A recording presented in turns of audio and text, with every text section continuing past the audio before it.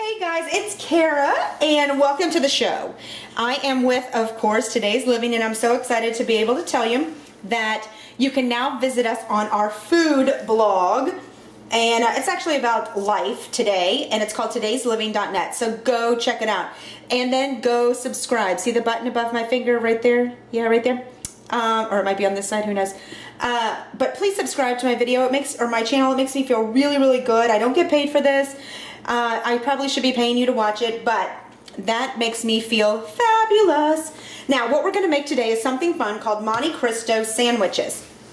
And we used to eat those. If you ever went to Bennigan's, you used to eat these. They would put it on Texas toast like this thick, and then they would dip it in a batter, and the batter is basically the same kind of batter you use for French toast, and then you kind of throw it in a skillet and fry it up. So we're going to do the same thing, home version. First thing you need, croissant or Texas toast type bread. I'm using a croissant because it gives it such a yummy buttery flavor that is to die for. This is a croissant that's actually shaped like a sandwich, so they call it the Croissanwich. In the store, I get it at my regular grocery store. You can use any type if you're going with croissant. You can also make them. And or get thick Texas toast. You really want thick because when you dip it in the batter, you want that nice coating over the bread, but you don't want it soppy and soggy, and the thickness allows that.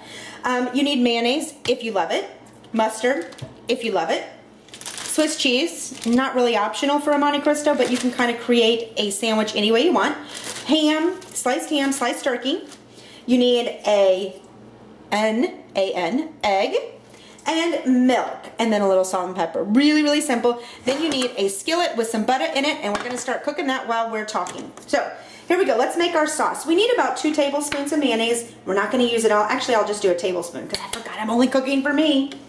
And then about a teaspoon, boop, boopy doop, of mustard. Now, I'm gonna remind you, because I'm sure it's happened to you, make sure you shake it before you pour it, because otherwise you're gonna end up with a soppy mess. Then we're gonna do a little salt, a little pepper. There we go. And now we need to mix it up. Get my silverware. And this is, again, just a serving for one. This is what I call my little sandwich sauce. I do this on everything, from clubs to BLTs, to Cubans. Fantastic. And we're doing it at Monte Cristo's. Now I'm just using my little scissors because I think it's so easy. And it never gets the crumbs. You know when you use a knife and you cut bread, there are always breadcrumbs everywhere? Well, when you use scissors, that really doesn't happen. So we used our scissors to cut our bread. Now what we need to do is put our sauce on it. And you can use as much or as little as you choose. This, again, it is about just under a tablespoon, I would say, which is all we need. For counting calories, we can certainly use any type of mayonnaise. But you know what? If you're using croissants, there's no need to be counting calories. Fabulous. That's good. Now, we've got our sauce on here. Let's put 2 layers of ham. 1, 2. This is called a mouthful Monte Cristo. Not really, but it's definitely going to be. Then let's add our turkey. I don't add any vegetables to this. You're dipping this in an egg batter, so you don't want to add vegetables. I'm doing 1 full slice of turkey. Yum. Can you see this? Can you see how this is working? Make sure that it's all in there nice and tidy. Keep our sandwich tidy, and then we're going to close this. Excellent. I'm going to set this aside just a smidge, get my bag holder, pop a bag on it, and now, do you see how fast I'm making this? I'm going to try not to stop it so that we can show you, so that I can show you how fast it is to make this yummy sandwich. Crack your egg. 1 egg to about 1/8 of a cup of milk. And I'm not going to measure. It's not perfect or precise. You just need enough so that you can dip it, coat it, and fry it up. We've got that. I'm going to take it off the bag holder really simply, just like this. Just keep mixing it up. Just want to mix it enough so that it's well blended and the egg is completely part of the milk. I'm going to pop it back on the holder. The beauty of this is when you make things with the batter, the beauty of the bag holder, let me say, is when you make things with a, in a bowl with the batter, it usually goes from here to here and there's a mess in between. With the holder, I'm not worried about that. So we've got our dipped. Let's go ahead and I'm using little plastic tongs. I do this, that way it won't mess up the bread and I can turn it easily. Let's go ahead and put it in here. Let's dip it, and we can let it soak there just a minute. Make sure my butter is melting before I put it on. And I love the bag holder because see how it's coating it perfectly just like that? And this is not a lot of batter, so we're trying to get the most out of the small space. And here we go.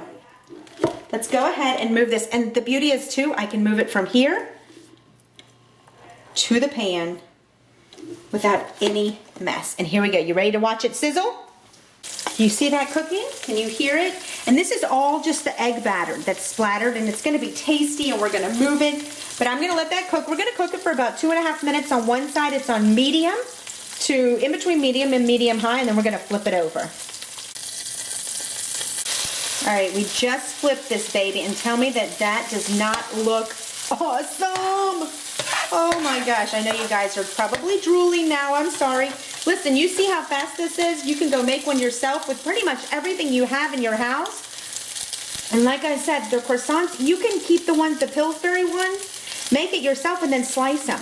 Do the exact same thing. Let's wait and we'll see how it finishes out. All right, my dears, we are finished. Let's put this on our plate. All right, you see this yummy batter? Fabulous.